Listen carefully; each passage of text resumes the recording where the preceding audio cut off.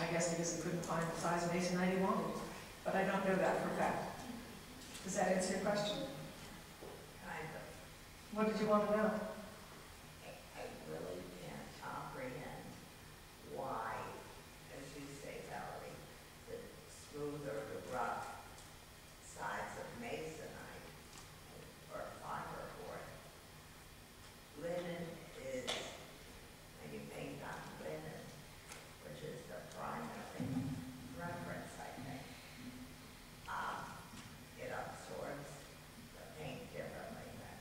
It certainly does, and also when they did use canvas, he used very, primed canvases, very high quality primed canvases on linen. He didn't want his paints to be absorbed, basically. That sets him apart from people like Morris Lewis and others, and Nolan, for example. These skirts is so perfect. Everyone can agree, like the one on the left. It's almost like tempting.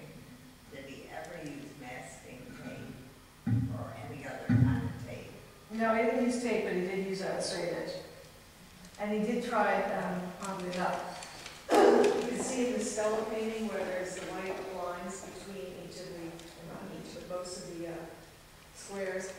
Albers did do a few works like that in the 50s, and I don't think we have any in the collection. And some of them it looks a little better than masonite than you would think. But no, I think that's one of the reasons why I dislike the paintings. I don't think they work well on masonite, period. I also don't think that, although he was, a painter to begin with, I don't think that was his primary interest, really, in many things. It was color and after a certain point, and I think what he painted on became a series. If you look at the backs of his masonite paintings, he seems to be more interested in recording exactly what color he used than he was in the aesthetic effect of the painting itself, which is why I'm not putting some of them on view, because I think they're weak. I'm putting a few on that are weak, because you should see everything, but I don't think much of him as a painter. I think as a printmaker, extraordinary. I'm sorry, as a what? As a printmaker, I think when you look, personally, my experience has been the homage to the squares that I could see without glass in front of them, the color serigraphs. You put that next to the painting on which it was based, I will take the print every time, precisely because it is absolutely smooth, pristine surface. It's not got that indecision that I discern in his paintings, both in the brushwork and in the masonite medium that he put the paint onto. You haven't mentioned Saul LeWitt, but do you see an influence there? I'm very leery of saying influence. I like to say inspiration. Oh, okay. If you look at what LeWitt was doing when he knew Judd in New York in the mid-60s, and what Judd had written about people like Albers, it's clear they all knew each other. They are looking at each other's works, but the younger generation was distinguishing themselves in certain ways. I personally don't see that big a distinction. I really don't. I think that much of what the minimalists were doing was actually returning to Bauhausian principles.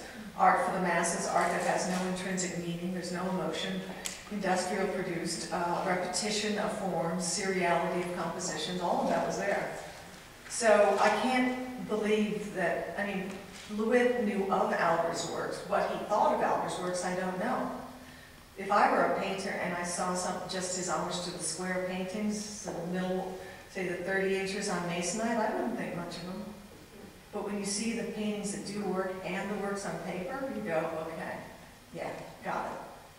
That's why I'm putting the Judd stack on you, because I want you to be able to go back and look at the color serigraph homage to the squares from 1964, and then walk over and look at the stack from 1969, 8, I can't remember. It's that similarity. I'd like to just try and dispel the myth that there was that much separation going on. Art world in New York in the 60s was a very public place. Everybody knew what everybody else was doing, and no one wanted to admit that they were inspired by anybody, let alone influenced. Originality, originality, originality. So I can't say for a fact, but I'm dubious that he wasn't inspired in some way. Maybe two more questions. Did you have one, Cam, too? I'm just curious, you talked about, am I the one talking? Yeah. talked about that in your show, well, no, not in your show, that you prefer the print, I'll use the word print, as versus the painting. Do you put these together in the show? Oh, Get that absolutely. line across? There's one whole room with nothing but homage to the squares in it. With painting as well as the... You betcha. Okay, good. Now, we can't, the painting's going to be in certain key positions because they can be lit a little more brightly. But then next to them on each side will be a series of prints. So, yeah. And you may actually even have to look at one here and then look at one here, but yeah, they are. The grouping of the works on paper has to do with the lower light levels they require, but they're all in the same room facing each other. Thanks. It's in their mouth. Yeah. How much notice did you have, I mean, until you produced? 2 months, 1 month? This is quite a feat, you know. I was asked in Come on, don't be modest. I was asked in September if I could come up with an idea in 20 seconds, and I did. Didn't know it had to be done until the other museum officially dropped out, and that was October. So I had October, November, December, and January. I'm still writing label copy. And another question, wasn't John Cage at Black Mountain too? Yeah, it was. A bunch of people were. We And started. Liechtenstein? Hmm? And Liechtenstein or not? No.